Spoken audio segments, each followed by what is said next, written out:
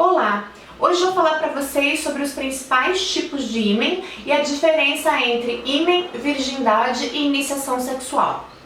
O ímen é uma membrana, uma pelezinha bem fininha que fica na entrada da vagina. Então, bem aqui na entrada tem essa pelezinha e ele pode ter vários formatos. O principal formato é um orifício central, por onde vai passar a menstruação, por onde passam as secreções vaginais. Também existe uma outra forma de ímen em que são dois furos, dois orifícios. E existe também o ímen que tem vários furinhos, vários pequenos orifícios.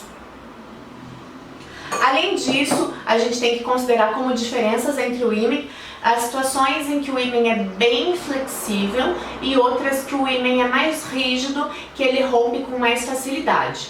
Então, para meninas que pensam em usar o absorvente interno ou então o coletor menstrual, é sugerido que vão até a ginecologista e verifiquem qual é o tipo de ímen, se houver uma preocupação em que não haja uma ruptura do ímen. Se não, vai colocando com jeitinho que você consegue fazer essa inserção, tá?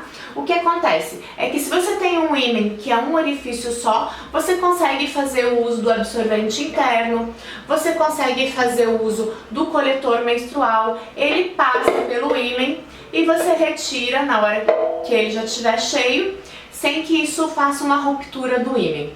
Se o teu ímen for nesse formato, com vários orifícios, vários pequenos orifícios, fica mais complicado do absorvente interno, por exemplo, entrar. Então há uma alta chance de que na hora que você for fazer a inserção do absorvente interno, haja uma ruptura total ou parcial. Outras mulheres, por ter um orifício maior e uma membrana muito flexível, elas chegam a ter atividade sexual sem que o ímen se rompa. Então, tem uma, duas, três relações sexuais, várias relações sexuais, e o ímen continua intacto por ele ser flexível e por o orifício ser maior. Algumas meninas deixam de usar o absorvente interno ou o coletor porque temem a ruptura do ímen. Isso vem muito de uma questão histórica de que a mulher só teria valor se ela fosse virgem, e essa virgindade era comprovada a partir da primeira vez em que houvesse um sangramento, em que o homem percebesse a ruptura desse ímen. O problema é que algumas mulheres não vão sangrar na primeira relação sexual. Algumas não vão nem sentir dor. Então existe um mito de que a primeira relação sexual é absolutamente dolorosa, que não tem como sentir prazer, que a primeira relação sexual sempre vai ser ruim. Isso são mitos. A primeira relação sexual pode ser prazerosa, pode não ter dor, pode não haver sangramento. Então, em alguns locais, o marido, após a noite de núpcias, ele pegava o lençol com o sangue da mulher, da ruptura do ímen, e colocava pela janela para que todo mundo visse que era uma mulher digna, de que era uma mulher direita. E era muito complicado, porque algumas mulheres, apesar de nunca ter tido uma atividade sexual, o ímen ou não rompia, ou já havia sido rompido. Até numa atividade física é bem difícil, mas é possível sim que o ímen se rompa em alguma atividade não sexual. A gente ouve relatos de homens que cortavam uma parte do corpo para poder ter o sangue, para mostrar para as pessoas. E é muito triste a gente pensar que em 2015 ainda a mulher tem que provar que não iniciou a vida sexual, como se isso tirasse o valor dela.